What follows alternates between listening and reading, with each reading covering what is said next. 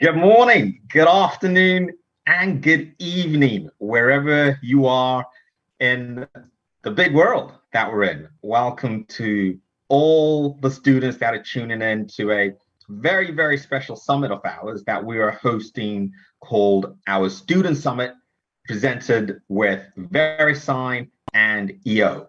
My name is Finn Mpofu. I lead our partner success and global chapter community teams, and I'm based in good old Berkshire. And when we had the opportunity to put together the Student Summit, we were super excited because we know how important student entrepreneurship is. So before we kind of kick off to our first panel sessions with a few friends of mine, I wanted to talk to you all about the case for student entrepreneurship. I'm just going to bring up my screen here very, very quickly. Here we go. Okay. All right. Student entrepreneurship and the case for it. We definitely want to say again, just reiterate a massive thanks to our partners, Verisign and EO. Who are we? We're Startup Grind, the world's largest startup community with chapters in over 500 cities and towns and universities all around the world in 125 countries. We are certainly considered the world's largest startup community. And for us, entrepreneurship is very, very important. And we certainly know that the case for student entrepreneurship begins with every single one of you. Now, I'm sure you all remember, and maybe we don't have some students in the room, but I'm assuming many of you are. But I'm sure many of you remember the day you received your acceptance letter to go to university and or college. And this acceptance letter marks the next step or a very important chapter in your journey, not only as a human being, but certainly as an adult, as maybe some of you may have left home, or perhaps you'd have kind of considered moved on to other additional opportunities in different cities or even different countries all around the world. But it marked an important step and journey for you. Now, we all know attending university or college is definitely a privilege and something we, anyone that has the great opportunity to do so should acknowledge. And you're all filled with like dreams and hopes and everything that you're going to achieve along your journey of your bachelor's or master's degree, as it were. And here in the UK, they have this thing called Freshers Week, and it's this entertaining week for students that they get to experience and meet some of their peers that they're going to be learning with. And it all kind of starts off like the picture you see in front of you. The first 2 weeks, you're in a new environment, you're meeting new people, you're filled with an excitement, and it's such a great opportunity. And then the first lessons kind of kick off, or you see your schedule. Then all of a sudden, that student journey or dream turns to dread. Assignments, lectures, more assignments, tests, exams, peer reviews. But ultimately, you're on an important journey. Now, the topic of this conversation or this kind of welcoming box was the case for student entrepreneurship. Why is it that many students start ventures? And the reason why I called it ventures versus businesses or a startup was I'm a massive believer that if you are starting a business, you're on an adventure. So therefore, the word venture, especially for students, becomes very, very apt. Now, research has shown that there are 3 primary reasons that students start ventures. The first, they've always been a hustler. And we all know that one individual or person who is, in high school, they were selling sweets or being able to get a Nando's delivery and then manage to kind of flip it and sell it on, take a full chicken and cut it in half and carve it out. They were just super innovative in everything that they did. And some of these student entrepreneurs, as we call them, will kind of take that hustler ability and mentality and look to start a side business venture whilst at university or college. The second tier that the research showed was needs must. And typically for some individuals, even if you're on a scholarship, student life is expensive. So maybe you've had to obviously take a part-time job to fulfill some of your, monthly expenditure. But for others, they've maybe kind of decided to say, hey, I need to start a business in order to kind of subsidize my university or college experience.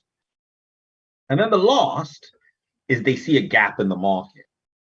So maybe they start to recognize that, the international students that have maybe arrived haven't realized this, that, or let me do a tour for them to help them get assimilated to the local city that they're in. And then they can start a business that way to do it. So they ultimately kind of see a gap in the market. In all of the environments, you'll always find that if you're looking to start a student venture, you'll typically fall into one of these three buckets. You're either a hustler, your needs must, or you've certainly kind of seen a gap in the market. Whichever the bucket you ultimately fall in, you can certainly classify yourself as a student entrepreneur. Now, there's always one big question that we often see a lot of the time, and this is, should you actually start a venture as a student? I mean, your parents have maybe paid, or a family member, relative have paid a significant amount of money to get you to university or college, or maybe you've got a scholarship and have been fortunate enough to, secure that scholarship and have got certain deliverables and requirements off the back of it. So should you really be thinking about a student venture? You wouldn't be coming to a student summit from Startup Grind if we say no. For us, it's an absolute big and resounding yes. We are massive fans of entrepreneurship, of course, here at Startup Grind. And if you're a student, there are definitely many, many reasons. But, and here's the caveat, it has to be right for you. It has to absolutely make sense. So even if you fall into those kind of three buckets that we mentioned earlier on, you have to determine that, does it make sense for me to do it? We know that university and college is really a full-time commitment if you're doing any bachelor's degree or graduate master's degree or even a PhD. But there are definitely many opportunities to do so. And the fortunate thing, I've brought along a few friends of mine who will be doing the next panel session with. We'll be talking about or dive in a bit more depth about exactly how university campuses and or college campuses are fertile environments for student entrepreneurship to grow. Some obvious reasons that definitely come to mind are you're surrounded by like-minded people. A lot of these people have had to apply, get accepted to actually get into this university environment. So you're really surrounded by some phenomenal brains that you can use to leverage when you're starting a venture.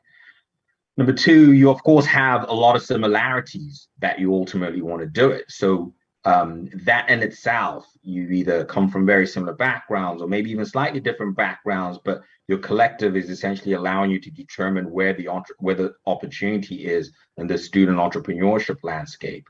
Or maybe you are maybe on different courses. So maybe someone is studying their course in software engineering and the other person is doing their MBA or doing their business and marketing obviously course. So they're bringing the sales side of things, and then someone's bringing the obviously engineering side of things. So they definitely are, and we'll always say a big, massive yes for the opportunity behind it, but it has to be right for you. I think the question that is always argued is, at what cost? At what cost should I pursue student entrepreneurship? At the cost of my degree? Many, especially more so when we look at the whole Silicon Valley landscape, we all know the stories of Bill Gates and or Mark Zuckerberg, who essentially dropped out of their university degrees to pursue the entrepreneurships and definitely founded some phenomenal companies. And we can definitely not take anything away from their achievements. But I would definitely say, as students who want to think long and hard, whether you do actually want to kind of drop out. The journey of student entrepreneurship is exactly just that. It's the journey. It's the lessons you'll ultimately kind of learn the way that can hopefully kind of carve that path for you. So if it is something that you're certainly thinking about, definitely do so.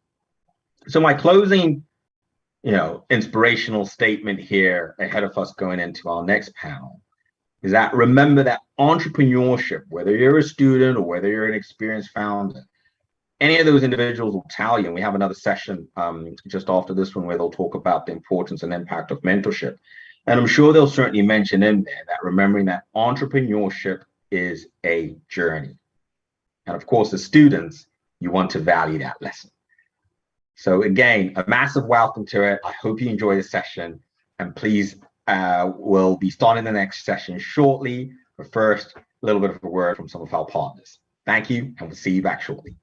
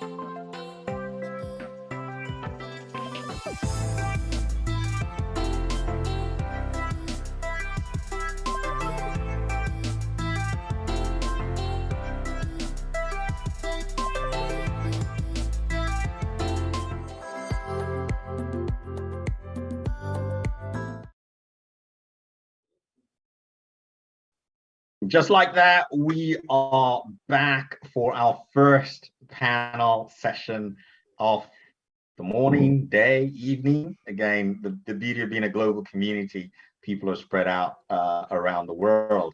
As I mentioned, I wanted to bring our good friends from Kickstart Global. I had the opportunity of meeting some of their colleagues last year over chat. We reached out and I was really fascinated by what they're doing. And we're going to kind of dive a little bit deeper into what they do, but more importantly, really focus on this dream team environment. How is it that university campuses all around the world are fertile and optimal environments to start ventures, as I mentioned earlier on? So without further ado, we'll maybe start off with a few quick introductions from Janvi and Belen. So maybe Janvi, you can go first. You can share a little bit about yourself, what you're studying, where you're based, and then perhaps maybe share with you why you're really interested in student entrepreneurship. Sounds good. So, hi everyone, my name is Janvi. I'm currently in my third year studying management at LSE. I am currently based in London, obviously, while I'm studying. I'm originally from Stoke-on-Trent, which, if anyone knows, it's between Birmingham and Manchester. A lot of people haven't heard of it. It's not very well, not much to know, to be honest. I joined Kickstart around June 2020 last year, originally as part of a logistics team in which I was the only member, but and then I went on to run the very first stage of our accelerator program, which was Team Formation, which for the first time lasted 1 month, became Team Formation Month from Team Formation Weekend, and was run entirely online, which was quite a new experience for me. And for me personally, I wasn't as into entrepreneurship when I joined, but now that I've been part of Kickstart for so long, I just love seeing how people grow on their journeys and seeing people pivot from one to the next, and being involved in that is something that I think I find the most interesting. And I'll hand over to Belinda now. Yep, thank you. I'm Belinda. I'm now director here at Kickstart, and also a talent scout at Entrepreneur First. Previously, I founded my own startup, and kind of that was my first journey and a big learning experience on how things go. And yeah, I'm a second year student studying IT and management here at UCL in London. And why I'm interested in entrepreneurship, I think when I start thinking about this, I've always enjoyed kind of going from 0 to 1 and just that learning process of I have no idea what's going on to kind of, oh, maybe I'm starting to get it. And just that experience of nothing to something is really what I'm really passionate about. Brilliant. No, love that. Thank you so much for those personal introductions. Now let's talk a little bit about what Kickstart Global does. Like, who are you? Why were you formed? What is the story behind that? Maybe Belinda, you can take us through that. Sure. So Kickstart is a innovation hub that focuses on supporting student founders from day zero. Essentially, from our establishment in 2015, we were started by a couple LSE students, but the founding idea was to bring together talent from different campuses. And the idea of, say, LSE specifically is a university which specifically targets a kind of a niche set of courses, and kind of bring together the talent from different universities that allows for truly diverse founding teams. And then obviously at Kickstart, we run programs that support this finding journey and then the building journey from 0 to 1 and beyond. No, love that. Now, Janvi, for you, of course, in your current role, alongside your degree, but you're also head of talent on there. And Belinda obviously touched on this notion of, cross-functional university talent, which I know is certainly something that was very rare in the environment, that you don't often see universities happy to collaborate, right? And kind of like, and say, hey, if you're at LSE, so which is London School of Economics, or if you're UCL, University College London, and you're at Oxford or Cambridge, let's all get together and obviously do stuff. Why do you think that is such an important thing in the university student entrepreneurship landscape? And what have been some of your learnings as both in your role as head of talent, but certainly maybe anecdotally, Kickstart Global wise? So I think, like Belinda mentioned, why Kickstart was founded originally was around the idea of bringing people together and bringing those diverse perspectives. And one thing that we're trying to address in as much of a way as we can is the fact that London is not as much of an entrepreneurship hub as that you may find in America, and that's especially for students. And that's something that we want to address by bringing together students who are interested in similar ways. And what I've actually found personally being part of Kickstart is that, for example, Valent goes to UCL, I go to LSE. Everyone who is coming to Kickstart who is interested in entrepreneurship is so open to meeting new people with new ideas. And I think one of my main learnings is they just don't have the opportunity. So each university has their own entrepreneurship societies and they will be running their own events. And those will be, even if they're open to everyone, they will mainly be students from that university attending. UCL will go to UCL events, King's will go to King's events, LSE will go to LSE events. So they're just not aware of the opportunities for collaboration between universities. And even the collaborations that happen are often a one-off. So, maybe the 4 main universities in London will do one-off collaboration events, but there isn't a continuous partnership between them, which is what we mentioned there. And what we're here to do is to sort of open up that opportunity to students and make them aware that there are people in other universities who have similar needs to them, and offering up people different skill sets from different universities. And personally, one thing that I found really interesting last year was because we did our entire program virtually, we were able to do it across the country. So one of our committee members was from Aberdeen. We had people joining from Warwick, up near Birmingham as well. We had one cohort member who was in Lithuania for the entirety of the program. And as far as I'm aware, he's still in Lithuania. So that kind of thing, bringing together people who have different impacts and different skill sets, and they may need each other and they're not aware of it. And one thing that was personally fulfilling for me was during team formation, there were track-out calls with each of the teams who had decided to form. And I had a track-out call with a solo founder who wasn't able to find anyone to work on his idea, which was around reducing food waste within London. And he really wanted to focus on this sort of like zero carbon waste, and that was his area of focus. And then the following team was looking for a technical co-founder, and they were missing someone with those technical skills, and I introduced them too. And now they developed a startup which found the lowest carbon way to it was like a low carbon reward system for people who chose the lowest carbon route for travel in flights. Very, very apt considering, in the UK and Glasgow in particular, exactly. It's been COP and they've been talking a lot about reducing carbon waste. Now, you mentioned their team formation, right? And that was something that I remember speaking with Dana, really impressed me. And as we talk about this conversation of optimal teams, why are universities fertile grounds for team formations, especially around entrepreneurship? Maybe each one of you could kind of share like your views or your philosophies around it, whether anecdotally, what you've seen about why you think that is, that, universities are fertile grounds for entrepreneurship. So Janvi, maybe you can go first, and then Balint, you can jump in. So I think university students in general, whether it be undergraduate or postgraduate, they're very open to trying new opportunities, and they're much more, I'm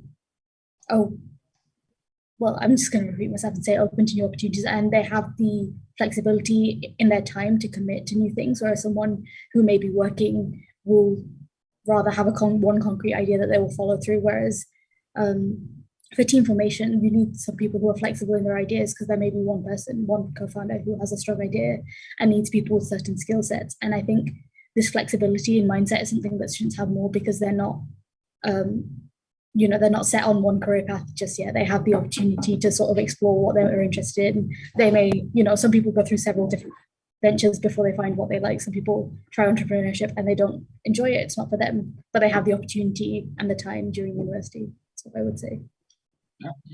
Yeah, and I mean, just how it makes sense in our lives of how, say, in my experience, when I went to university, I left my hometown, my home country, and came into this new environment where it was really exciting, and all of a sudden it felt like my own boss. And then essentially, when you go ahead and launch a startup, that's exactly the same situation. And obviously, it's a exciting city. I don't know, my previous hometown was 5 times smaller, and now and this is just kind of the population. When you look at how big the startup ecosystem is, then it just scales exponentially. And just meeting all of these really excited, ambitious people, that just gets you really excited about the whole thing. And also kind of university is sort of the place where it kind of filters out the really ambitious people. So say when I meet people from my course, I know that they are people who are really qualified and they were selected in here. So that kind of filters out a lot of people who may be less ambitious in starting the companies. And then just this environment is really exciting. So that's actually a very important point. Like when we talk off, it's a privilege to go to universities. I mentioned in my opening remarks that, every university student gets an acceptance letter. So you apply to all these different places and then you get accepted. So there's certainly a selective process into the individuals that are in the room, that these people have applied, their application has been vetted, been approved. So if I'm sitting next to someone, then chances are they'll make potentially a good co-founder, which is great. I'm going to come to talent and opportunities right now, but before maybe I kind of talk about the talent versus opportunity question, I wanted to focus maybe on any downsides that you have observed on team formation in a student environment. Are there any sort of telltale signs you can share with our audience, or any tips and tricks you can kind of share around identifying potential co-founders for your venture? Janvi, why don't you start us off? Mm-hmm. So from my experience, I talked quite a lot with the teams last year during team formation. And I think one of the most difficult things for teams throughout is when there was a mismatch in the sort of motivation that they had and the dedication they had to the venture. So there'd be some people who put 100%, and perhaps there's others that didn't have the same passion for that idea. And then you can feel it in another person that they don't have that passion. And when you do, it can be quite demotivating if not everyone is in it on the same way. Something that I think we noticed as a committee, which is maybe something I shouldn't say, but it's that generally we found that postgraduate students are more dedicated and will spend more time, whereas undergraduate students are more flexible and open to trying new ideas, which is probably just because they're there to try something new versus there are people there who have an idea and they want to pursue it. I think those are the main ones for me. I mean, as Kickstart, I think our main job is to kind of create that environment for students to kind of make this matching and mixed matching part really seamless. And when you start committing to an idea with someone and you realize that this is not going to work out, it's sort of like breaking up a relationship. And often cases it can be even tighter relationship than as a partner, because you're just working with them day and night. And that's a really awkward situation to be in when you realize that this is not right, but you don't want to kind of realize the fact that you made the wrong decision. So our job is to create that environment where these breakups are encouraged, because realizing it early on and acting quick, that pays off a lot better than realizing it, say, 6 months down the line, when all of you have invested in a lot of time. And if you were honest with yourself and you were in that environment where it's, maybe this is not the right, I'll go ahead and talk to other people, that just, ends up with a lot better teams. On that note, also, it's really important for us to, I think previously, one of the cohorts was like that we've matched up as a committee. We went ahead, looked into the profiles of people and basically created the teams. And correct me if this is not right, Chami, but what we figured is that this doesn't really work that way. And we cannot be the kind of like the gods who create the teams, because it's a strong relationship. And maybe in terms of expertise, we can match them up, but the personalities and kind of the commitments that they're willing to take, those are the important bits to a founding team, and you cannot really see that from a CV or even just talking to them once. Yeah, definitely making about, I think, organic relationships, as they call it, and similar. I have a similar philosophy when it comes to kind of mentorship, where like organic mentorship relationships that are built over a period of time are a bit stronger because, of course, there's that certain connectivity you ultimately have. So I'm sure the same would apply to sort of team formation in a student environment.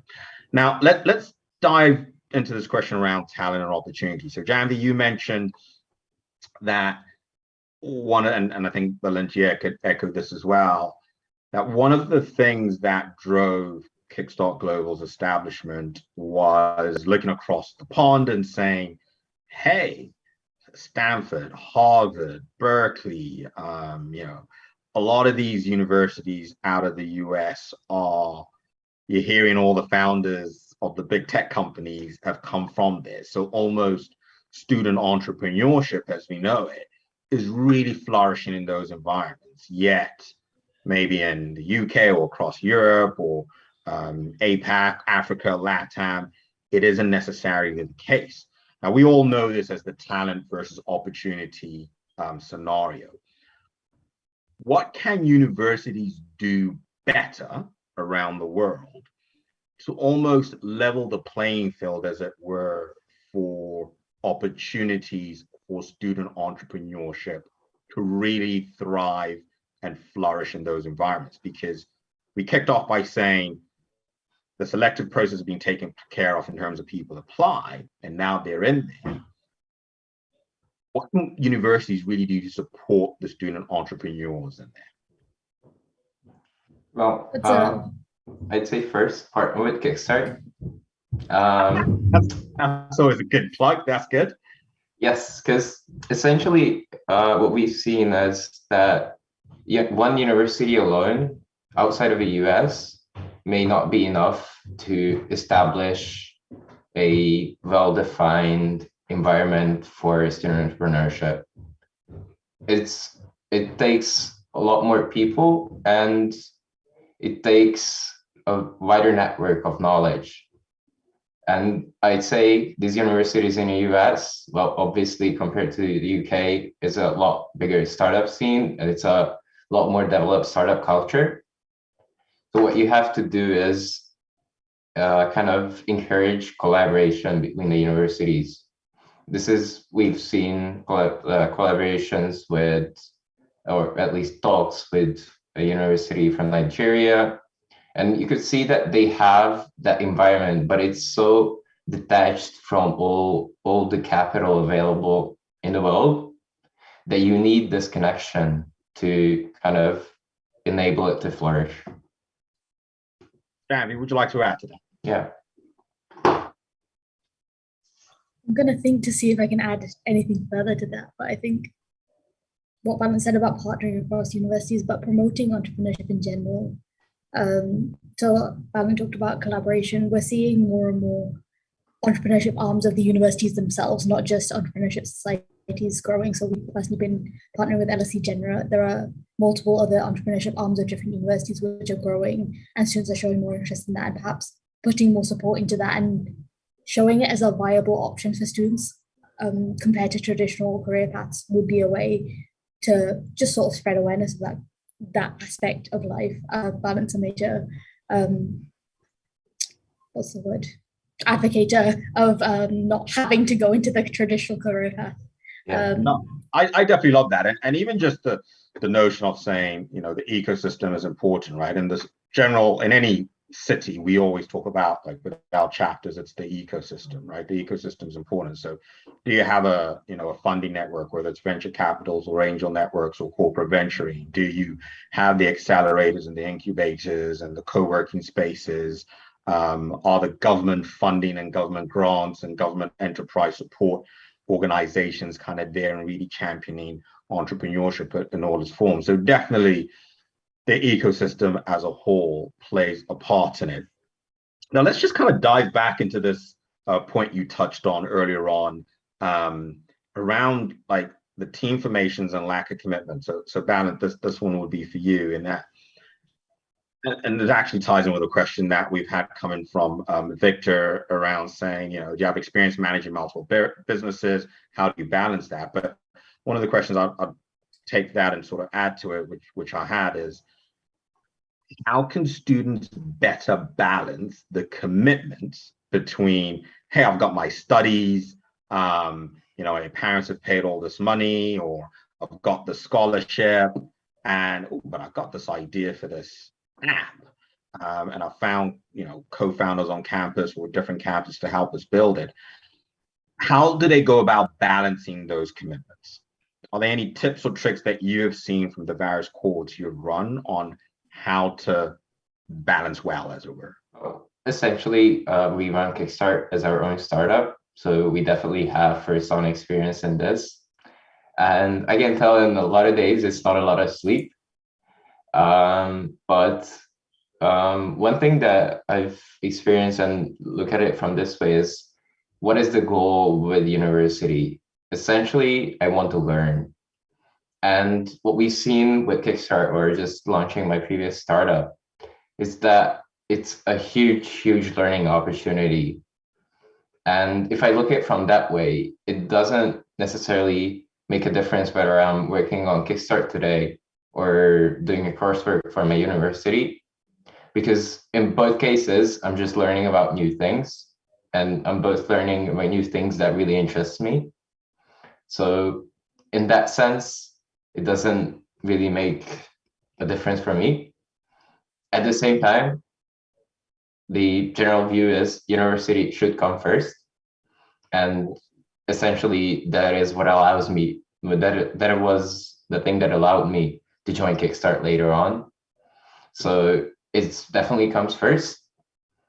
But if I look at the startups that I'm doing from a learning point of view, then I am happy to commit X hours to that besides doing my degree as well. And of course, I'd say time management is really important. Very crucial, very crucial. Now that's an interesting point, and Janvi, I'll come to you on this, and on this notion of practical learning, right? Like, of course, you go to your university, you're doing your degree, you're sitting in the classroom, there's a lecturer or professor in front of you. A lot of it is very theoretical. Yeah, sure, if you're doing maybe MBA, they're using case studies to learn. But of course, in a startup environment, it's like real life. You're experiencing the highs and lows of doing it. So are there ways that we can kind of really mesh this hybrid approach, especially in a university environment, of saying, almost your professor advocating for you to set up a little startup business if you're a business marketing student? Of course, I know it may not apply for all educational degrees that are being done, but is there a way to kind of create that hybrid approach of learning, right? The practical and the theory, and how, again, they can kind of balance it out. So Janvi, maybe share some insights on that. Mm-hmm. I think I'm quite fortunate in the sense of I'm doing a management degree, and coincidentally, some of the things that I learned in Kickstart I actually did after I learned about them. So I learned what a sprint was when I actually had to run one last summer, and then the following year I was taught this is what a sprint is, and I was like, wow, that seems familiar to me. How apt. So you almost have experience in it already. Yeah. Yes.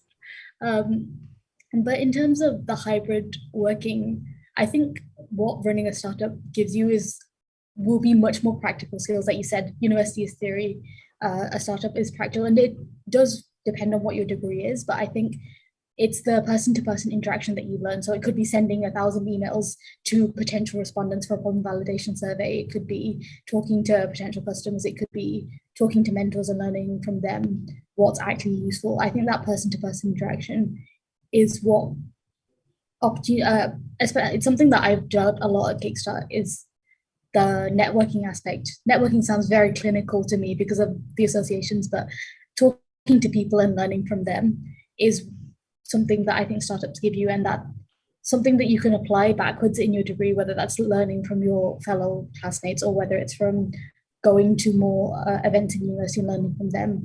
Hybrid working, the topics may differ, but the skills that you learn are practical just across life. because you grow in confidence and you grow in your belief, in your self-efficacy, that you have the ability to complete tasks yourself. And that confidence will just translate across the rest of your life, even if it's not technically quantifiable. No, love that.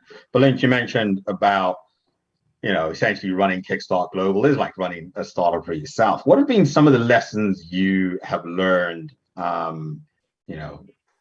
leading Kickstart Global? And essentially, I remember speaking to Dana about this, that for you all, you're running like a committee, so you're almost custodians for the time that you are a committee to the next steering committee that will come along and lead it. So how would you, like, what are some of the lessons that you have learned, and what would you like tie yourself differently now that you've been in that role for a while now? Well, I think two things. One of the things that you started touching upon is how the whole committee changes really rapidly. This was something that really surprised me. I've only joined, I think, in February, so it's not been a long time. But since then, more than 50% of the committee changed. So it's a really kind of rapid environment where people are turning up. And actually, one of the first workshop I held internally was around kind of developing a mission for ourselves. And because you see a lot of people changing and they come with new ideas, and we're really encouraging those new ideas. But at the same time, if there is not a strong overarching vision, then that will just get messed up, and we're going like this year this way, then next year, and you'll just end up meandering. Whereas if there is kind of an overarching vision that can lead into, that can lead things go further ahead. And I guess learning's been, well, I think learning's been that if we messed up something, one, it's all right. Two, we have to acknowledge it and quickly adapt it. So this is kind of an interesting, say we had an event earlier that we've launched, we were thinking about that is exciting. And soon we realized that, say, marketing was not necessarily the way we intended it, and it wasn't generating the kind of audience or the kind of impact that we were expecting. And then we realized this, took everything down, regrouped, and then we created the event, and seeing how this iteration on it just made a whole world of difference. Really taking those startup principles around iteration and applying them for yourselves. Very, very smart. Janvi, what have been your favorite parts of being, part of Kickstart Global and being involved in this sort of student entrepreneurship movement? So I think for me, it is, and it always will be, the people. So obviously working with the committee, I have to mention that now, but what else is, so throughout the acceleration program last year, how we worked it was that we would have the same mentor group. So we'd have 2 to 3 startups and 2 to 3 mentors for the entire time. So I got quite close with the startups that I was working with across the 6 months. And I think seeing them go from 0 to 1 and where they are now, and seeing that progression is something that I've personally found very interesting. And we adapt the program. We try as much as possible to adapt the program to our startups. And that's what we're looking to do this year as well, and trying to fit those needs as much as possible. Mentorship is great. And I know Chris and Stephen, who will be coming on after this, will talk to us a lot about the impact of mentorship. Big fan of mentorship. I think it's definitely important. So just to ensure we've got enough time for questions here, I'm going to go through some of the questions that we've had come through from our audience in the Baby Vet platform. So Ishmael here kind of touches upon what was one of the main obstacles that you've come across along your startup journey. So maybe if I can add to this as well, Berlin, I know you mentioned, you had a sport tech startup. So maybe some of the lessons learned there. And maybe Janvi, you can add to that in terms of for the different cohorts that you've run. some of the mentoring sessions maybe that you've sat into, some of the lessons that you've heard of the obstacles they've experienced along their journey. So Balint, why don't you start us first on your experience at your sport tech startup? Well, one of the things is kind of that we've actually talked about a bit before is commitment, and kind of realizing what is the most important thing for you right now, and kind of acknowledging that this is not the right team right now, and being really transparent within the team about this. Because again, you can kind of half commit to something, but in my experience, I used to be a sailor in the national team for 4 years. And there you've really learned how you either do something or don't. There's not really a half way of doing it, because there's just a waste of your time. And kind of, I guess this kind of gives a hint of why we abandoned the startup. I mean, this just gives it half of the story.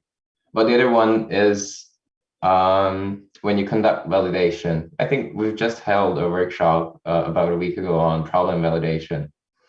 And when you come back from a problem validation, we're kind of, conducting interviews and all that, and you say, oh, we've validated everything and it just seems fine, that is a big red flag.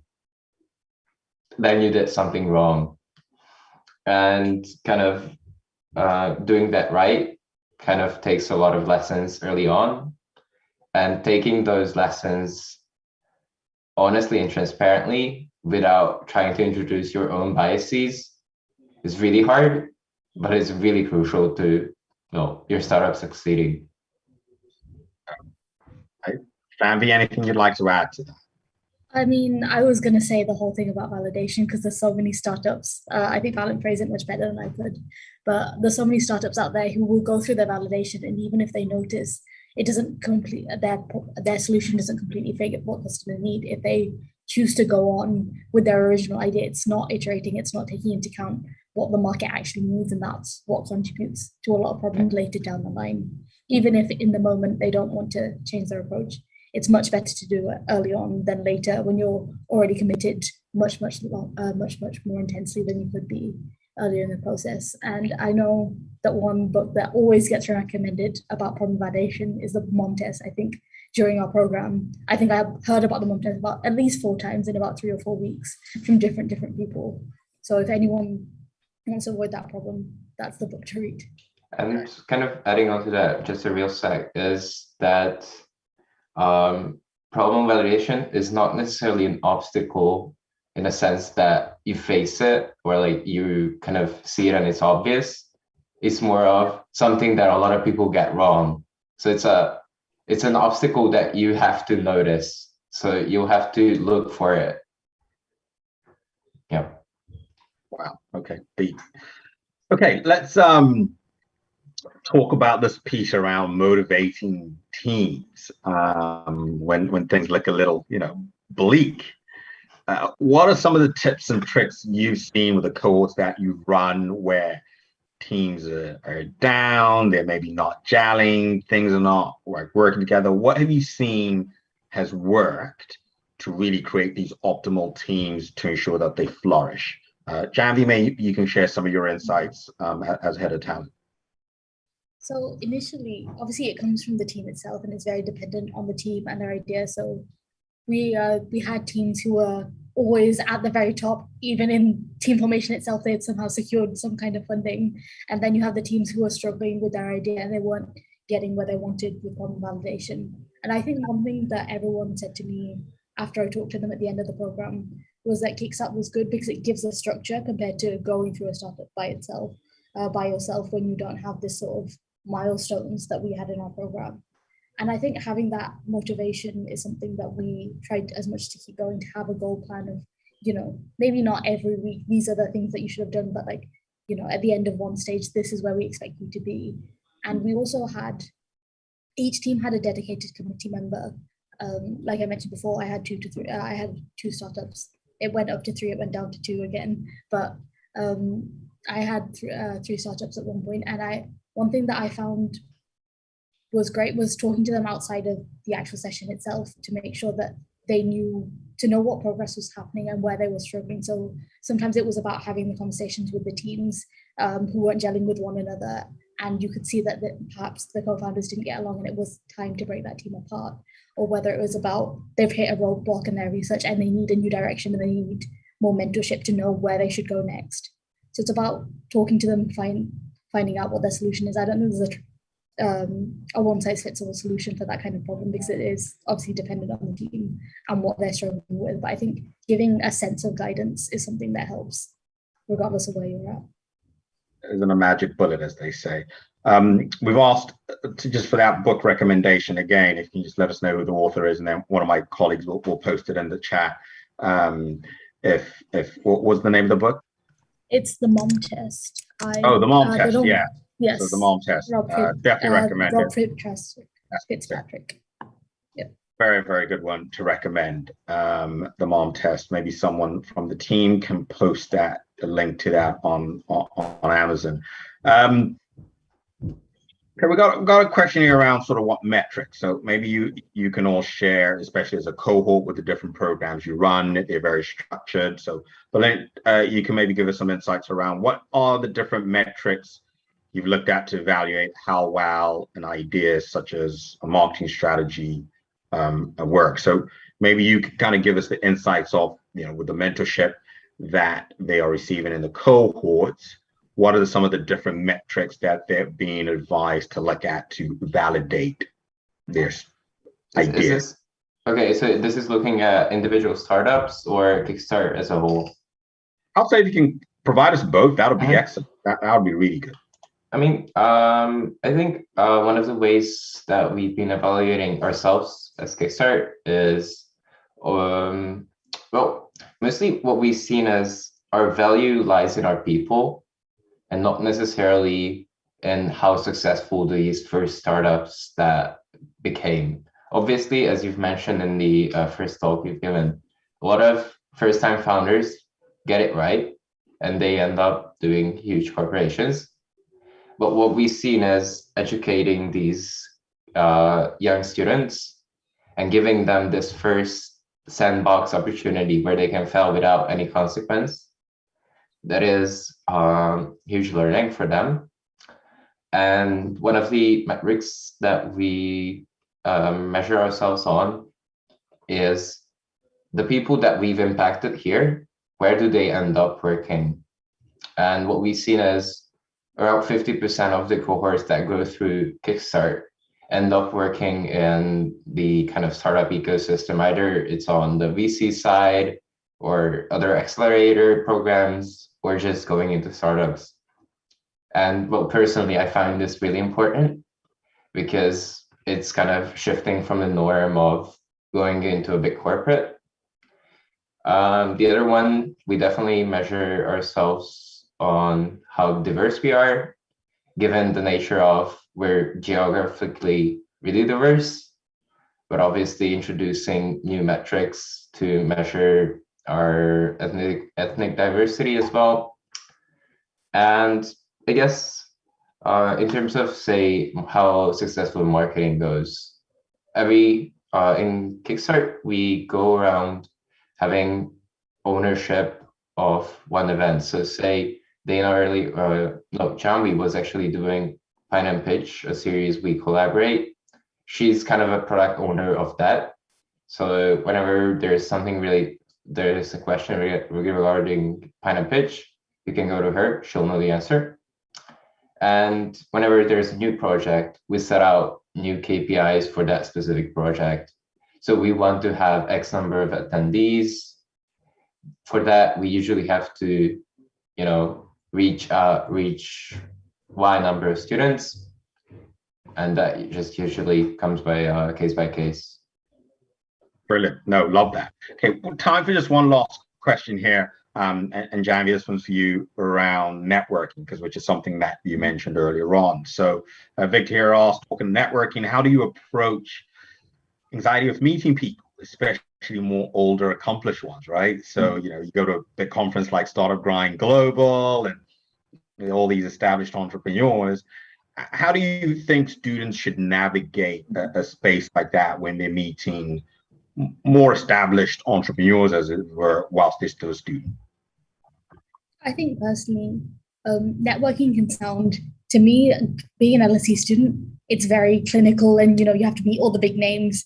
I think in reality, if you're looking to network, if you're interested in someone who is an experienced entrepreneur, you're interested in them for a reason. There is something that they've done or something that they've experienced that you want to learn more about. And I think anyone is happy to talk about themselves, and especially if it's something that they have passion for.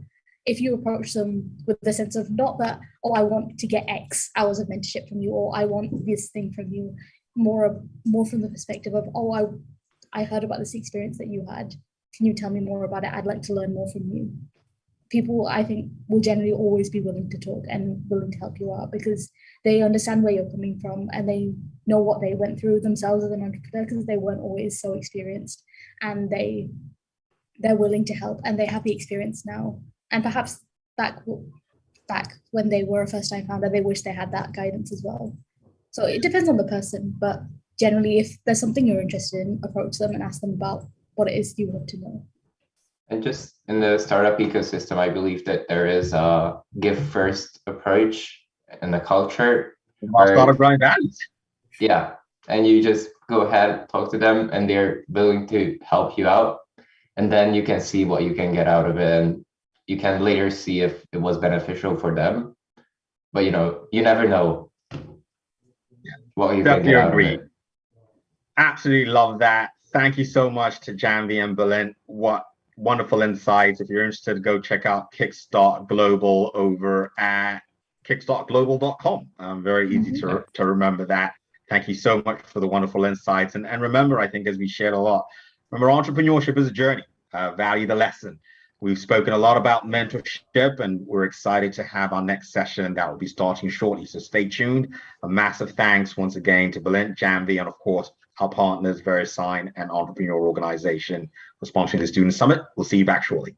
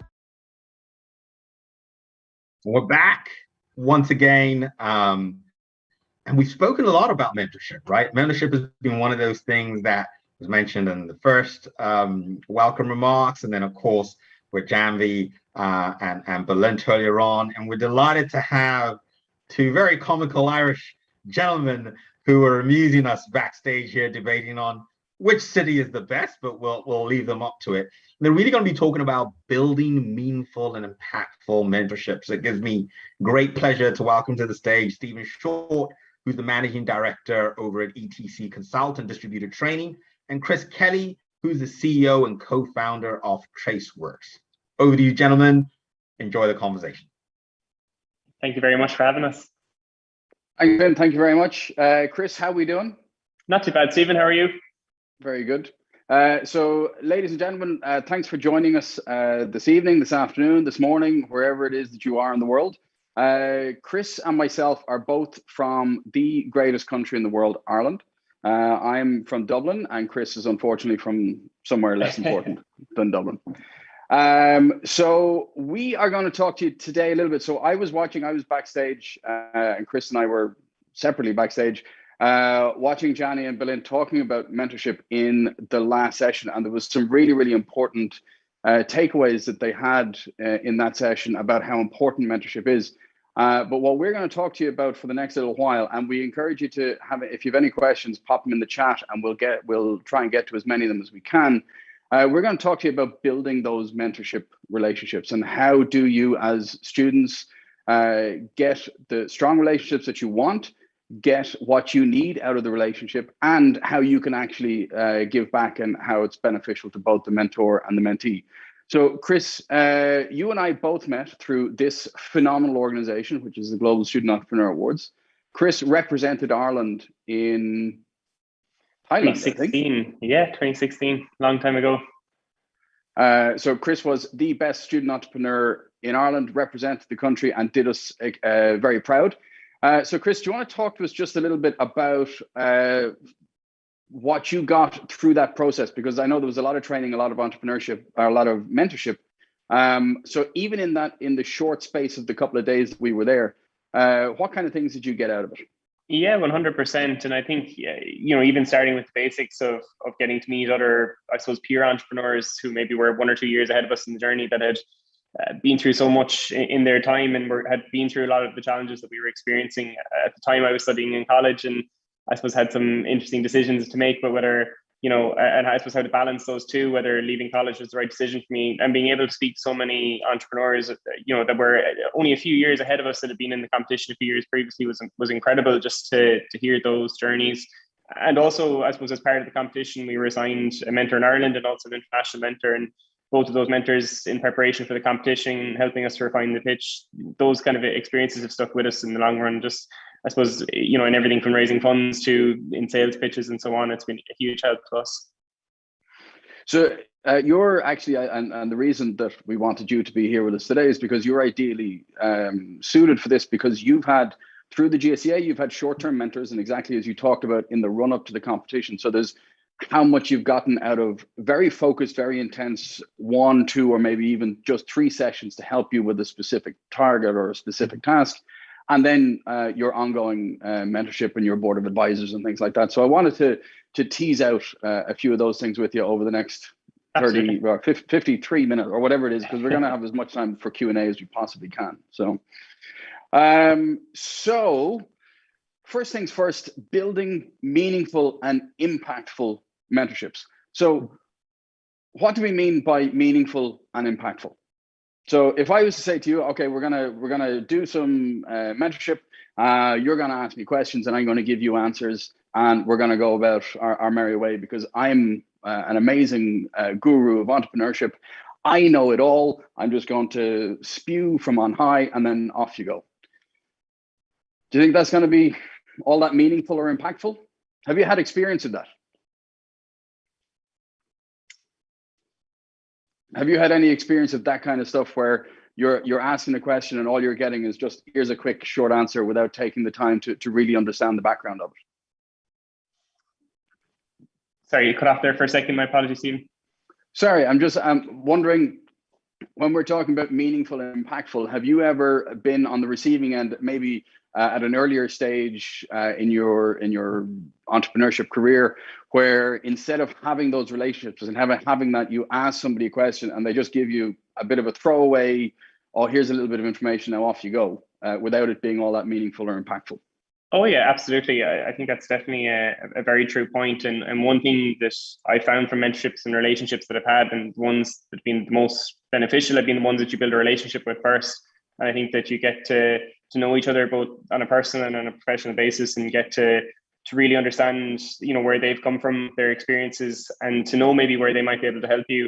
And I think, within that, vulnerability is really important. That, I think it's very important with a mentor that you can talk about the most personal things, that might be very difficult for you to be able to talk about your emotions as well, because it's just as important, as being able to talk with some of the skills and some of the business elements of it. It's being able to have that deep and meaningful relationship is actually very important.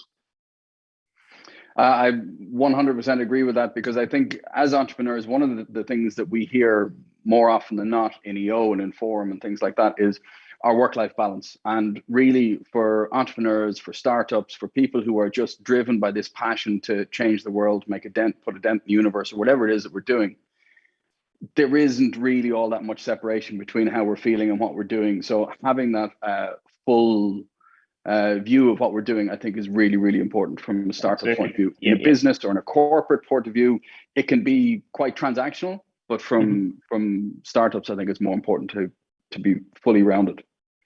There is a question that's come in, and I think that's a really interesting one, and it's for you, Chris, because nobody wants to ask me questions. You're the young hot startup. What's the main lesson in your journey? So what's the main thing that you've learned, let's put this in a mentorship point of view, from some of the mentors that you've come across and that you've worked with? Yeah, so I suppose that's a very good question. And I suppose the number one thing that I think I've learned throughout the entirety of the several different mentorships we went through was that the challenges that we're experiencing have been experienced by someone else, and being able to go and actually learn from other people's mistakes first is actually often the right way to go about it. And I think that's, I don't know how many times and how many issues we've encountered. And Tony would be one of my EO advisors. Actually, he's on my board in my company as well, and has been there with us since pretty much day one. I think he joined maybe 3 or 4 months into our company journey. But there's so many times that he has been able to, we bring up an issue and you'd nearly be scared to bring up the issue, that whatever might have went wrong in some business environment, and 99% of the time he may not have experienced it in the exact same context, but will have had a similar experience that he can share with you. And that's always been the thing that, and often if you can't find it with your mentor that you're working with right now, that mentor can definitely help you to connect with someone who's had that issue that might be in a different industry, or maybe someone that might be in a similar industry to you as well. And I think that's always been the one thing, is to try and find someone who's experienced that problem or experienced something similar, and try and look at how they approached it, what worked for them, what didn't work, and how you can potentially apply that within your own business. So just to put that in context, because people might have missed the name. So Tony is an EO member here in Ireland, and he's in a similar industry to Chris. So he's been acting on Chris's advisory board and as a mentor for Chris since Chris represented Ireland in the GSEA, and has been really, really engaged and really, I think, impactful. Yeah. I mean, really engaged, really impactful in your journey. Absolutely, in so many ways, and I think both has been a professional and a personal support for me as well. And I think that's part of the meaningful part of what we discussed before. So obviously you've got Tony as one of your people. You actually have 2 EO people on your advisory board, and I'm aware of that. But how have you been able to find other mentors or other experts that you've been able to bounce ideas off, and being able to approach people to help you on your journey? 100%. And I always look up to my idols. That's or maybe people in my local area who've done something really different, or maybe had a business that's been quite successful. I would often go to Barry Lunn. He's probably, when we started off an innovation center here in Limerick, and it was a center that we had looked at and said, that we started off working there and looked at all the companies around us, and they were maybe, in Oralis, they were 4 to 5 years, which was his company. They were 4 to 5 years ahead of us, and we looked at them and said, wow, that's a company we'd love to emulate, and that's something that we'd really like to do. And I think, I heard on the previous session, it was touched on the people love to talk with themselves. I don't necessarily mean that about Barry in particular, but even just going up and saying, look, I'd love to hear the story about how, you guys secured that contract, or, how you guys came about, what did that mean? And just having those, I thought that was a really good piece of advice, to just actually let people talk and to hear their journey. They'll have to be speaking at an event, go along to that event, stay behind after and have a drink with them and ask them all the questions you want to ask. And I found 99% of the time, people will want to help you. And the more that they see that you engage with the process, the more that they see that you ask questions and want to learn more, the more they actually want to help you. And I think entrepreneurship is one of those very unique industries that people appreciate. It's quite a lonely journey at times, and they've all been through that themselves at some point and will always want to help you. And I've very, very rarely I've had an experience where another entrepreneur is not being willing to give time and to help out. It's very, very rare that does happen. So that was brilliant advice. It was a very Irish solution to an Irish problem, is to find them and meet them for a drink. But in general, that kind of socializing, that kind of network really helps. So your drink might be coffee. Yes, exactly. But in Ireland, it's usually something a little bit stronger. So one of the things, before we get into some of this, because you've touched on one or two of those topics that I think are really, really important, and I want people to be able to take some actionable stuff away from our session today. But I want to just touch on mentorship and coaching. Sometimes the two things are interchanged, and the two definitions, or people say mentorship, they mean coaching. They talk about coaching, they mean mentorship. When I was looking into this a couple of years ago, when I started on the journey of looking for a mentor for me and becoming a mentor for other people, really the only difference that I could see between a mentor and a coach was that a mentor was free and coaches you had to pay for. That's really the only difference I could find. But there are some fairly specific differences between the role of a mentor and the role of a coach. So the role of a mentor typically is somebody who has done it before, not exactly what you've done, but something really close or really similar, or just has done one part of your journey that you want to learn from, and they're willing to share their skills, their experience, and help you to develop and grow. So they're imparting knowledge and maybe showing you a little bit of the path. Whereas a coach is possibly somebody who's done it before, but a coach's role is really to bring out as much of your skills and to help you to develop your full potential. Usually from the sidelines, not as much involved in the day-to-day and the hands-on as a mentor. Now, obviously, anytime that we're mentoring or we're coaching or we're being mentored, we're being coached, the two things are in play. Sometimes you're coaching, sometimes you're mentoring. So the roles can become a little bit fudged.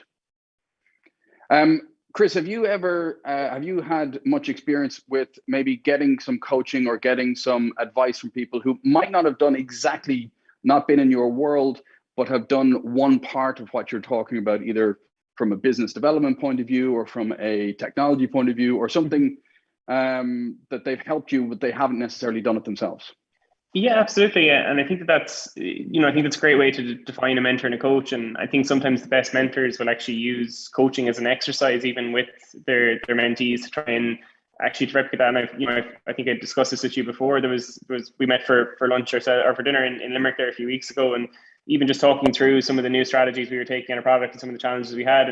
And I found with yourself, even you've been very effective sometimes, us just actually repeating back what we're saying, rephrasing it in a different light, asking us some questions on what we're doing. And you often come to your own conclusions on it. And, I had great experiences with EO and with obviously following on from GSEA, I was lucky enough to attend one of the coaching sessions in Dublin as well. And just learning about how to coach and also how to be coached. And I suppose two very different things.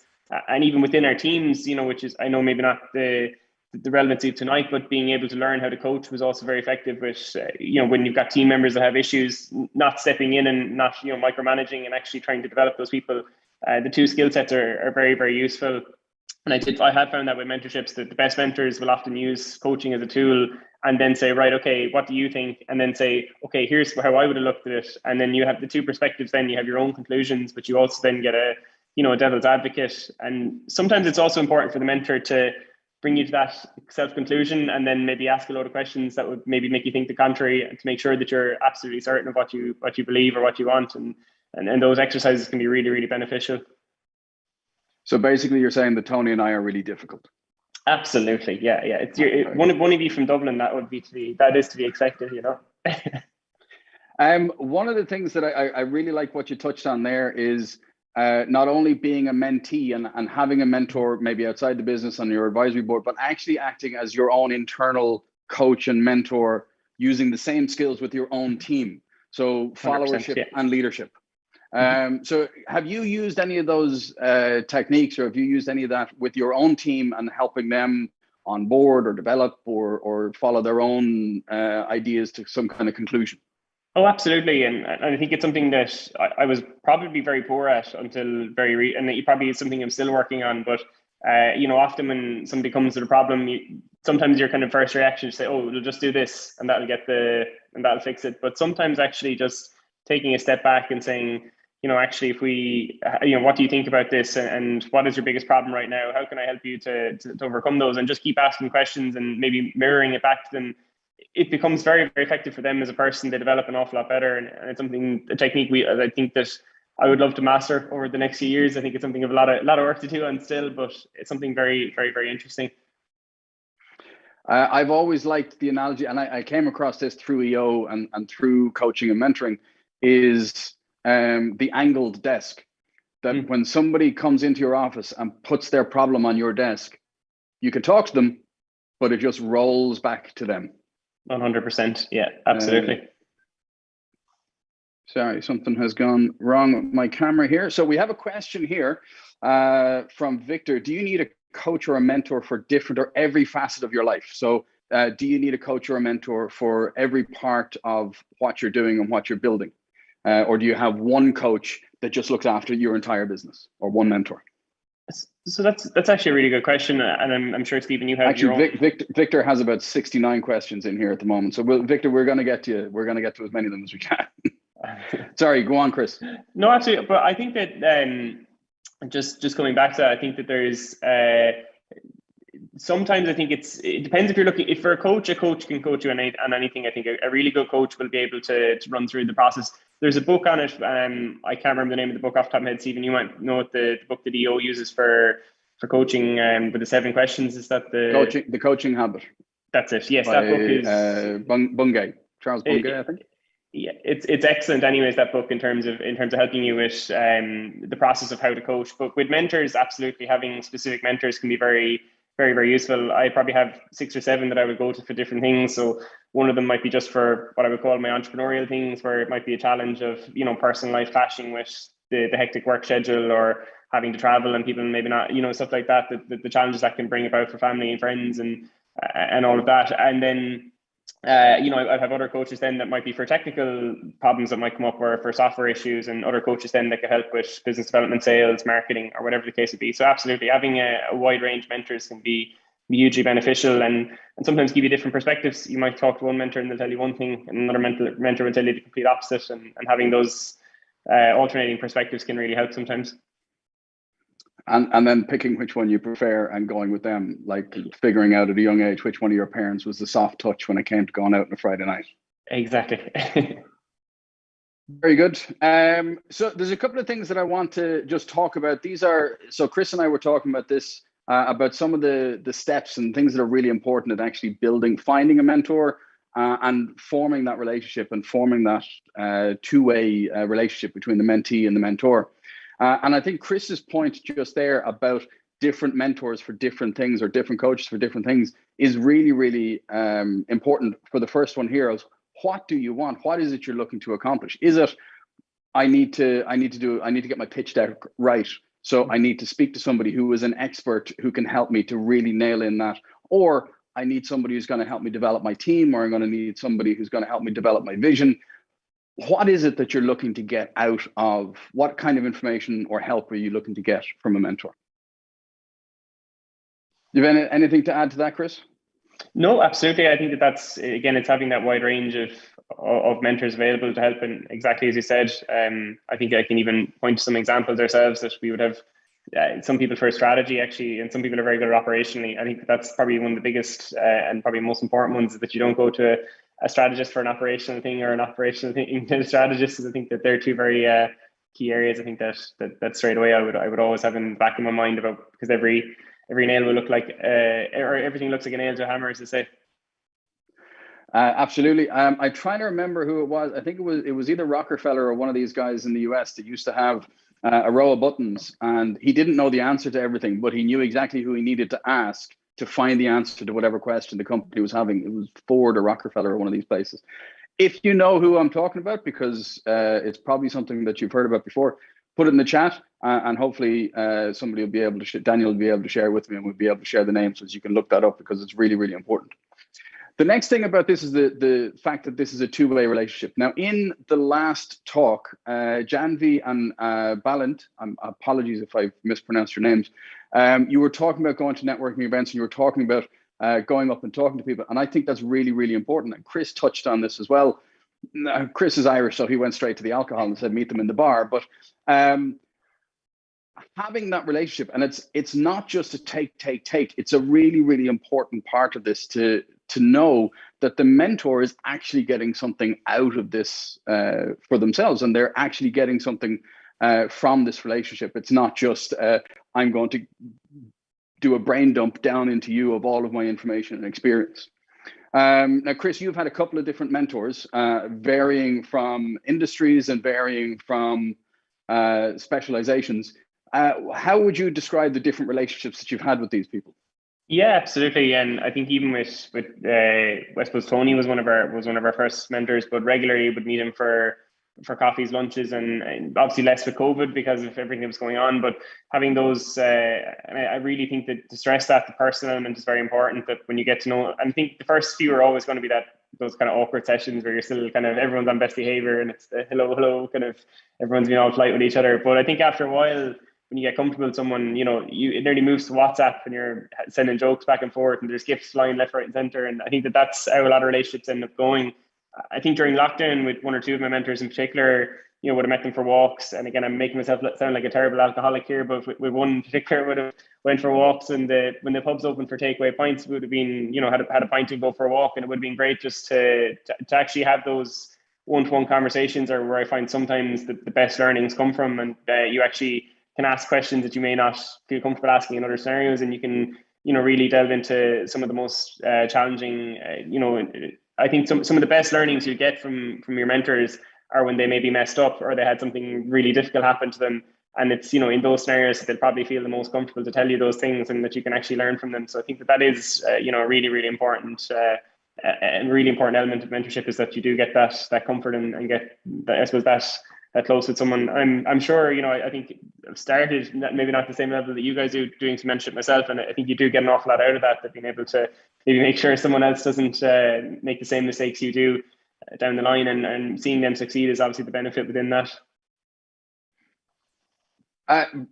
Perfect. Sorry, I'm seeing one or two of the questions coming in. I think that's really, really important, and having that clarity and having that relationship is really, really important. Some of the questions that are coming in actually are going to touch on what we're talking about next, which is the who you're looking for. So when we get clear on what we want, what is it that we're trying to develop? What is it that we're trying to, what part of our skill set are we trying to grow? Then this is when we start looking at who are we looking for. So who have we researched? So for Chris, for example, he might find somebody locally. He might find somebody in a proper city like Dublin. He might find people who are able to help him in a way that he might not be able to get access to in his local network of entrepreneurs. And we had a question just a minute ago. What if you want to, from Mazid? Apologize, Mazid. I'm not going to try and pronounce your second name. What if we want to have a startup, but we do not have a problem in mind?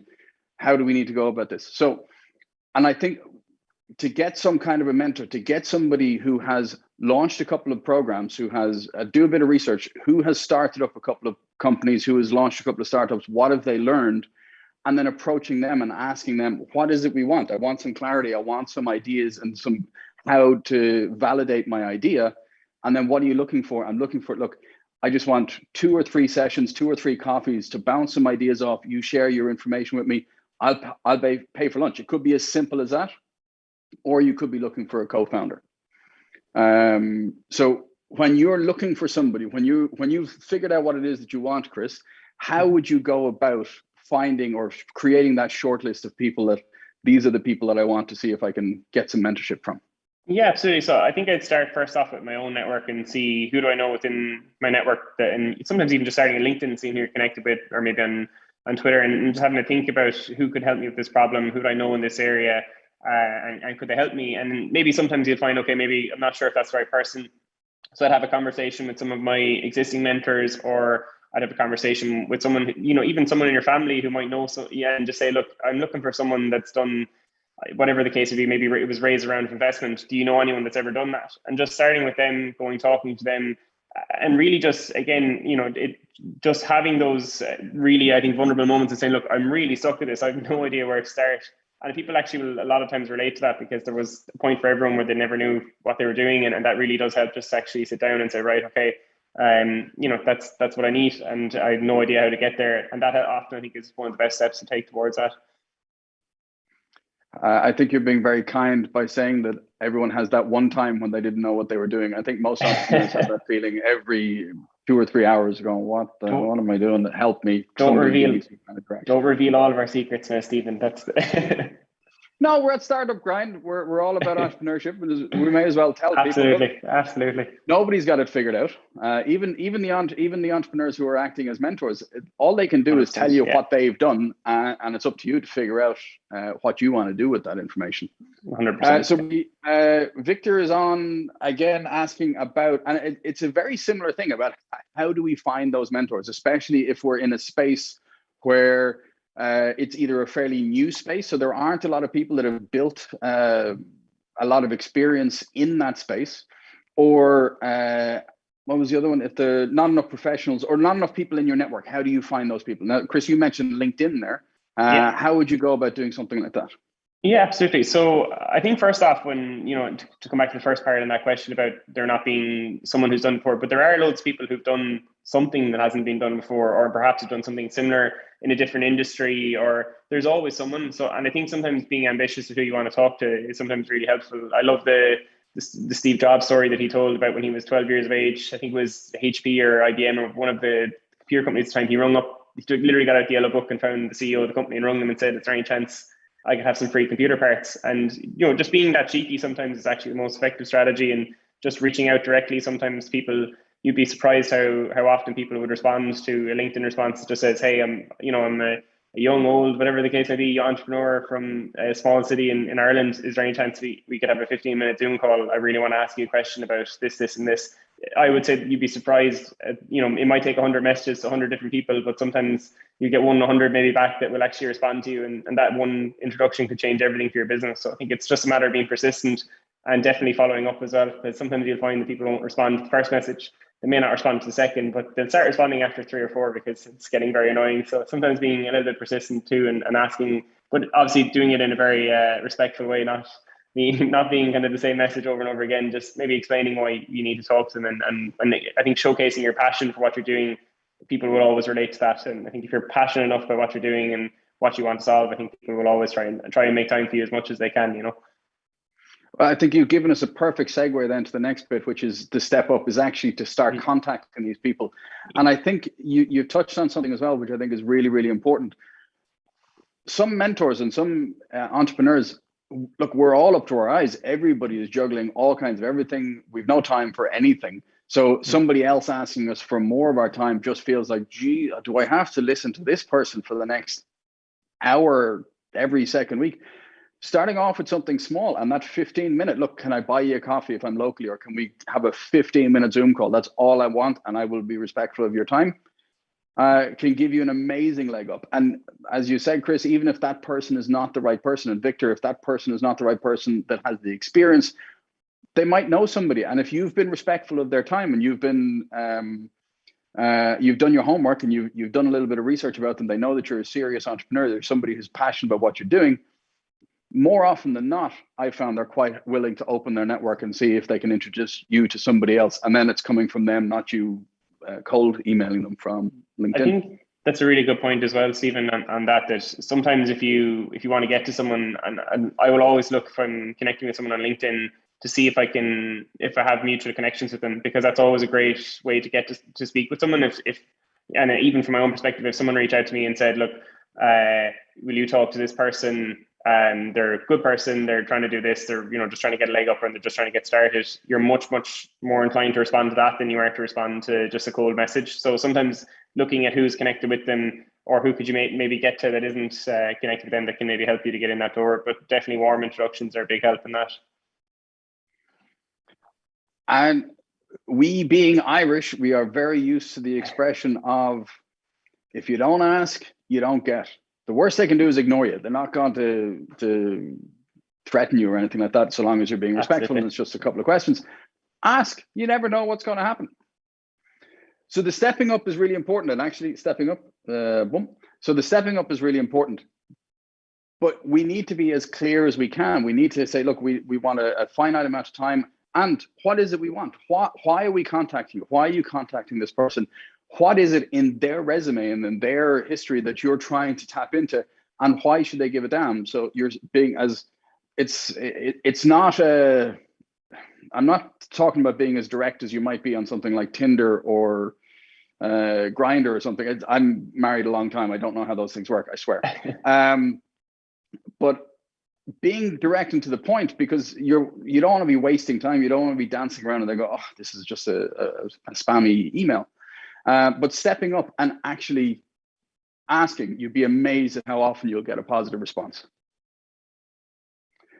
So then the last one, so this is about actually running the relationship and about organizing the meetings, being ready, being prepared, making sure that we have, whether it's a 6-month commitment, a 12-month, whatever it is that you've agreed, or the mentor and the mentee have agreed, then it's up to the mentee to take charge of it. The mentee has to take on the responsibility of making sure that the meetings are booked, or if you're meeting physically in a place for lunch, that the lunch place is booked.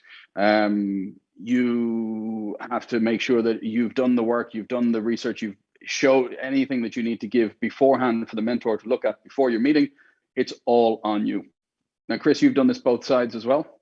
Absolutely, yeah, 100%. I think even just simple things like you said, just sending out the calendar invite. I think those things really help as well. That it makes it very. And I think even one other thing that I probably did wrong when I was looking for mentors first was I'd always say, let me know a time that suits you. It's actually way easier if someone comes to you and says, how about these 4 times? Which one works better? Because you can just pick a time and go, that time, that day, that works. And I think that's actually one small thing that I found really helpful. Instead of just saying whenever suits means you have to open the calendar and try and see what time will work. And then you're going back and there's a chance that it doesn't work for the other person. So sometimes just actually suggesting 4 times, even small things like that, make a huge difference.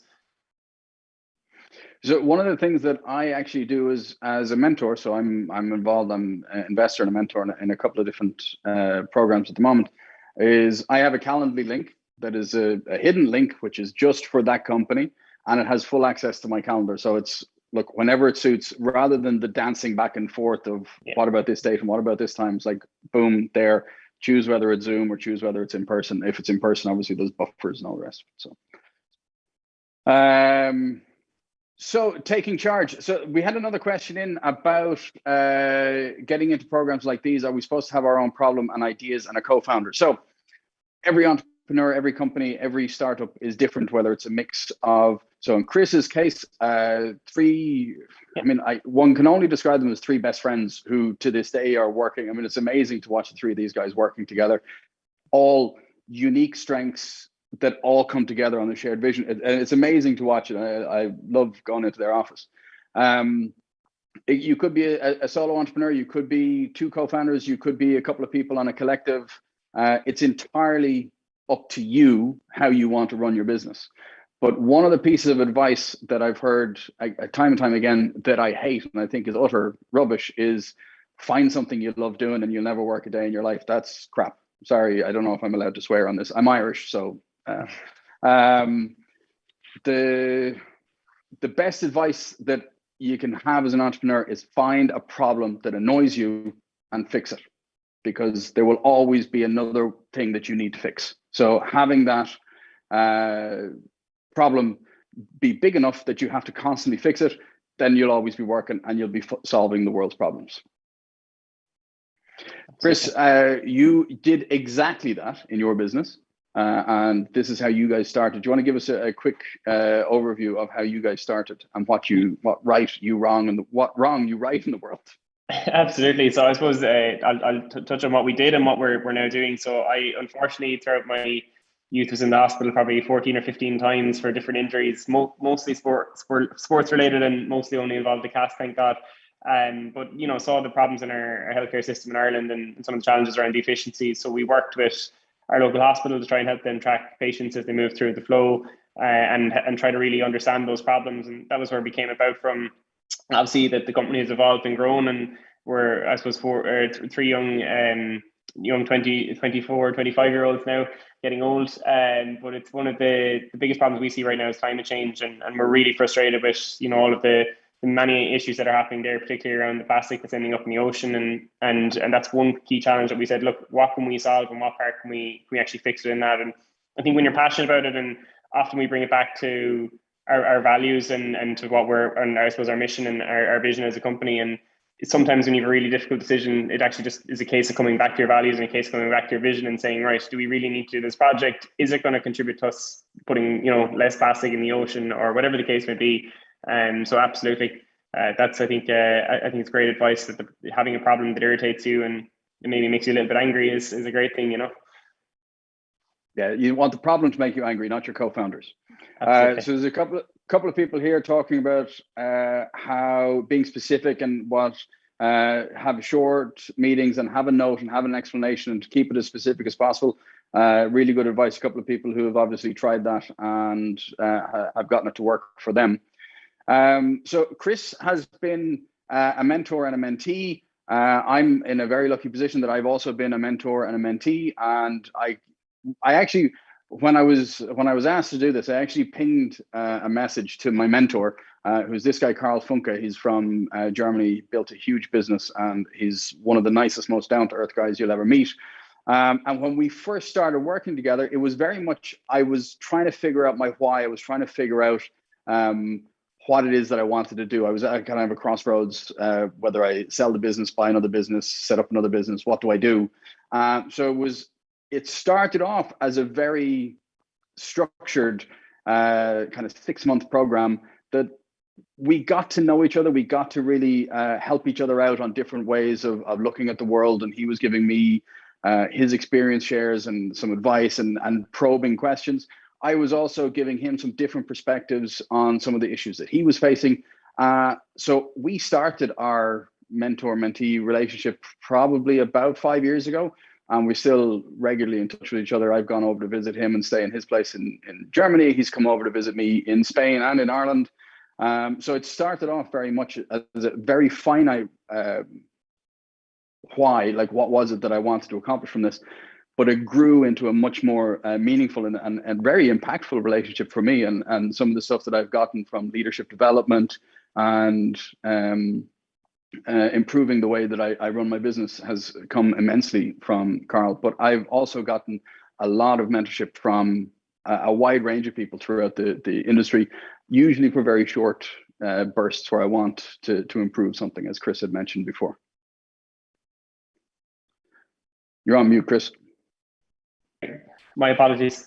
Yeah, no, absolutely. I think that's very true as well, just about the short bursts as well, that you will find that you have a certain mentor for a certain period of time, just working with you on those issues. So these are the points we want to take away. So if people want to take a screenshot or write them down if there's any questions, we've about 15, maybe a little bit shy of 20 minutes left. If anybody has any questions, if there's anything else that's on your mind about mentorship, about being a mentor, being a mentee, finding a mentor, or even finding a mentee or figuring out those skills, please pop them in the chat, because we'd love to have a conversation. We'd love to see if we can get some other ideas rolling. So Chris, here's a question actually about the leadership styles of the three of you. So yourself, Fiona and Owen, the three co-founders of the business, very different personalities. Absolutely. So would engage very differently with the staff. So would you find that you might be a better mentor or coach for some topics and Fionn for others, or helping people to develop? And how would you define those types of things? Oh, absolutely. And I think that, look, Fionn is very detail oriented. Fionn is our operations manager and or chief operations officer, should I say. But anything that's detail oriented, process oriented, Fionn is definitely the go-to guy in terms of devising a strategy, strategies around that are very operationally focused. I'm probably the ideas person in the company, so it's very much the big picture, thinking about trying to focus on what matters is what I would say a lot, and trying to focus on the big pieces. And then Owen is, I always say, the brains behind the operation. So if you have something really technically challenging, or something that's really, really intellectual, or something that's quite requires a high powered brain, Owen is definitely the guy to go to in those scenarios. And I think you're dead right. It's knowing and not being, I think, too sensitive about that, and knowing what your area that you're good at is, and sticking to your kind of area, knowing and trusting your co-founders, or trusting even your teammates. In some regards, we've great, obviously, thankfully, as a company, we've grown. We've got a senior leadership team now, which is a new thing for us over the last year and a half, and having those people come in that have years of experience more than we do, and being able to bring that, those wise heads into the company has been a huge help for us, to be able to mentor more people coming along. So it's just knowing, again, picking your tool for the problem, and knowing when it's the right time to actually give some advice, and knowing when sometimes the best mentorship you can give someone is saying, I actually know this person who's really, really good, and you should talk to them. And that's sometimes the best, and just knowing that the right amount of advice to give in certain scenarios can be really beneficial. Very good. And what about if things don't go well? If there isn't the chemistry there, you've met for 1 or 2 sessions. I don't know if this has happened to you, or if it's happened to people that you know of, but let's say you've found the right person, you've reached out to them, you've stepped up, you know who you're looking for, or you thought you knew who you're looking for, you know what you want, and they're just, it's not the relationship, it's just them either giving you advice that you think is wrong, or doesn't fit with your values, or doesn't fit with how you should be running your business. What would you do in that scenario? That's a really, really, really good question. So I actually had a conversation with a mentor who very recently, who I would have perhaps met before for mentorship sessions, and it wouldn't have. So I met this person 3 or 4 years ago, and I'll give two different examples here, because there's scenarios where that's true and scenarios where it's not. So it's important to address both. But with this particular mentor, met him a few years ago, and was a total clash. I felt he didn't understand where we were going, didn't understand the vision of the company, didn't understand things, and probably had a little bit of an ego back at that stage as well, and still do. By no means denying that, but had a very much didn't take criticism well. And I think that years later met that person and realized actually it was me that was the issue all along. But sometimes that's actually what you need, is someone that can approach you properly, and actually, I've had with this particular mentor, I now actually meet them regularly for coffee, and find them quite good, and realizing that sometimes when they criticize you, it's actually, it's coming from a good place, and that they actually want to see you succeed. And that's one scenario that sometimes maybe take a look at it. If it's not working, maybe look internally first and say, look, am I maybe doing something wrong here? Am I maybe listening to what they're saying? Am I getting offended? Am I letting my ego get in the way? Just actually addressing that first. But sometimes you're dead right. And I have had scenarios where mentors have definitely been the wrong person for me. And it may just be something as simple as a personality clash, or it could be that they, maybe looked at an industry 20 years previously, and, the experience might not be the same because the world has maybe changed, or whatever the case may be. So it's just knowing to say, look, appreciate your advice, and thank you for that. You've really helped me along. And I would definitely end things on a good note, because like I said, you will never know how 3 or 4 years later you might be eating your words and taking them as a mentor again, So just one thing to be careful of, for sure. So like any good breakup, it's not you, it's me. Exactly. Yeah. Always. I can't stand you. So we have another question here. And again, it comes back to how many mentors, and should we have mentors for each of the different verticals, or each of the different parts of our business? So an operations mentor, or should we have generalists? Now, I have a view on this, but I'd love to know what yours is, because again, you touched on the 3 co-founders, and the 3 of you have very different strengths, which all support each other. But my guess is that the type of mentor that works for you wouldn't work for Owen, for example.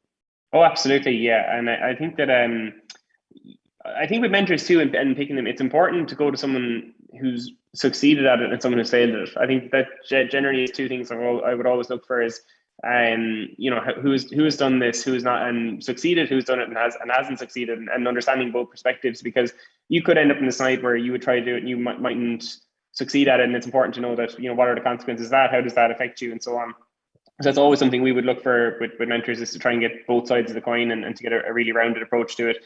But absolutely, you know, Owen, Fiona, me would need 3 totally different types of mentors, and we do have our own mentors. And I think as well, it's good that you don't necessarily go to the same people. If you co-founders and in that dynamic, those relationships outside of your business are vital for the health of your relationship as co-founders. And I always find that you know, you can go and have chats through issues that you're maybe having, and having those external relationships to sometimes just someone who's a total fresh perspective can help you to be the best co-founder you can be for your teammates, and can be a really, really big help, I think. So, and again, personalities need to match. There needs to be that. There's nothing worse than if you're getting mentorship for someone you don't like or you don't get on with, and that's very important, that you actually generally like the person. And I don't mean that from, you know, someone could be the most successful person in the world, they could have achieved a million things, but if you don't get on, there's no point in even spending any time with them, because you're not going to take what they say in for where it's coming from. And definitely, I think as well, making sure that person's intentions and understanding what they are, because sometimes you'll find that you can be getting advice from someone, if they're connected to your business in any way, whether that's, you know, as an investor or whether that's as something else, you do have to factor that into the advice they're giving you. And it's very important to think about that, or if it's from, you know, advice from someone who might be motivated based on the outcome of it, or whatever the case be. So it's very important you base your advice and look at where someone's coming from with the advice too. That sometimes it's not always perfectly true. Very good. I wholeheartedly agree with that. Sometimes there are unconscious biases, and there are ulterior motives. Yeah. And unfortunately, the world would be a much easier place if people weren't involved. But so we have another question in, somebody who says that we both come across as very charismatic and lovable people, and everyone would love to talk to us. Obviously, we have been fools, Stephen. Has already been drinking. But what about if you're not as extroverted as we probably are, or you don't have it in the Irish blood to be able to go out and start talking to people all the time? How do we go about finding mentors in that scenario? Now, I have a view on this, but I'd love to hear yours first. Of course, yeah. So, funnily enough, actually, we've done a series of personality tests as founders over the last 2 or 3 years.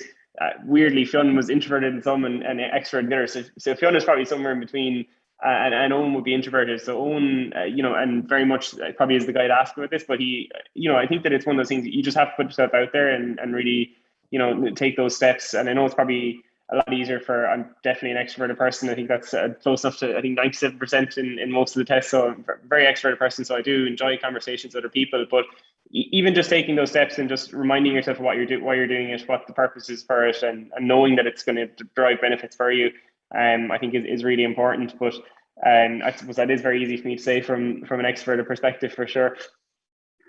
I shared something the other day, which is a pie chart of how introverts make friends. So 10% of introverts don't make friends. 90% of introverts met an extrovert who liked them and adopted them. So look, I'm from a naturally extroverted kind of person, but there are a lot of scenarios where I'm very introverted. So I mean, I actually disagree with because I do a lot of personality. I'm a personality profiler as part of my role in leadership development. So an introvert or an extrovert, it's an omnivert is what most people are. So to that person who was asking about if you're not naturally extroverted and naturally confident in putting yourself out there, well, you don't have to put yourself out there in video form, or you don't have to be putting yourself out there on a video call all the time. You can start by sending a couple of well-written messages on LinkedIn, and exactly what Chris was talking about, like finding the list of people who have done what you want to do, especially people who have done it and who are not seeking the limelight, who are not the attention-seeking so-and-sos that Chris and I are.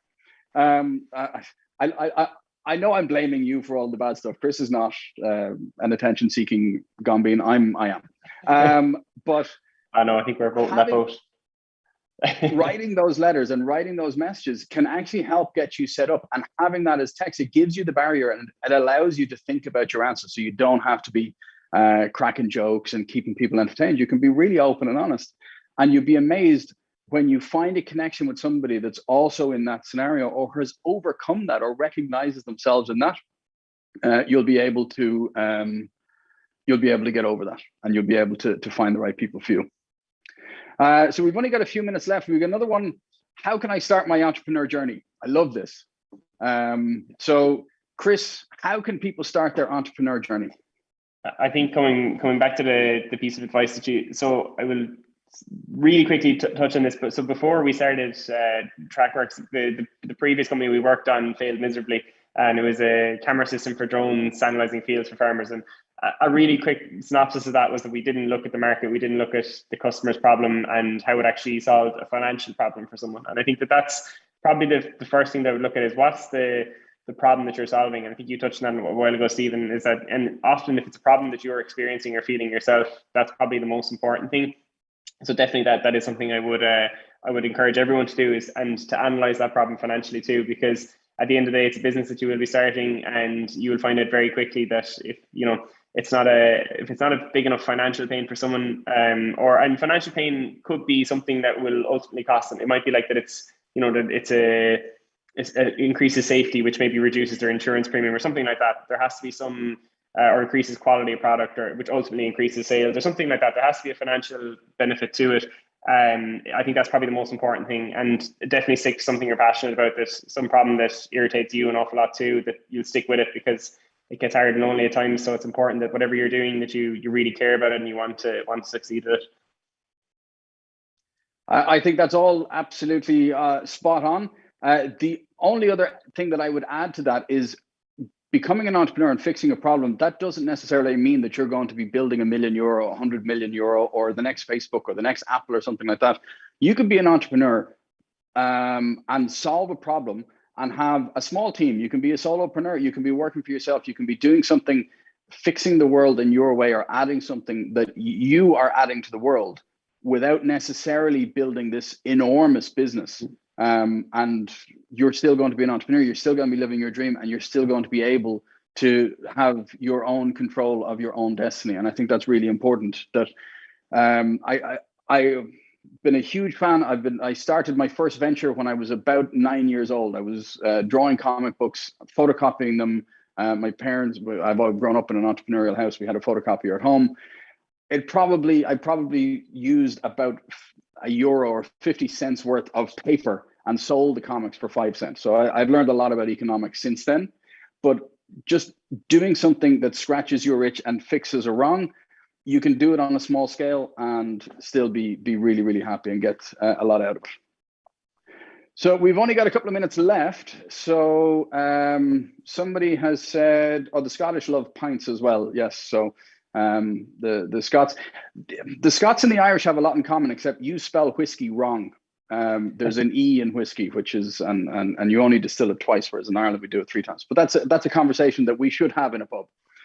So does anybody else have any last minute questions? Is there something we can help anybody with, or is there something on your mind about mentorship or about finding the right relationship? If not, don't worry about it. We won't be offended. Chris and I are from Global Student Entrepreneur Awards, EO. We're one of the sponsors here of the Students Summit. Really, really had a good time. Now, Chris and I always enjoy talking to Chris, and I meet Chris fairly regularly. I love finding out about what he's up to. And the other thing that, and I will tell you, people who are a bit nervous about mentors and reaching out to experienced entrepreneurs, I'm a little bit older than Chris. But I actually get a huge amount from mentoring young entrepreneurs like Chris and like startups, because for me, I get to see a perspective that I don't normally have access to. Chris sees the world in a very different way than I do. He has a different way of looking at problems, and he has different problems that when I look at his problems through my lens, I can also find solutions to other problems that are not connected.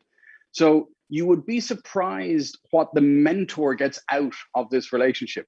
So don't be afraid to ask, because a lot of people will be more than happy to learn for themselves while sharing with the mentees. Yeah, absolutely. I think the other thing too is that, you know, if you're stuck for if you are maybe shy about it, don't be shy to reach out to either Stephen or myself on Twitter or LinkedIn or whatever the case may be. And if we can connect you up with someone that we think might help solve your problem, by all means, it might be a good place to start. But absolutely feel free to reach out. Absolutely. So listen, everybody, thank you very much. Thank you very much for joining us for this session. Thanks very much to Startup Grind and the Student Summit for hosting us and for sharing this information. I think it's really, really energizing and engaging. I love the fact that we have these kind of networks to be able to help startups to be able to learn and grow from each other. So thanks very much, everybody. And hopefully we will all see you somewhere in 3D in person once we're all able to travel again. Have a good evening.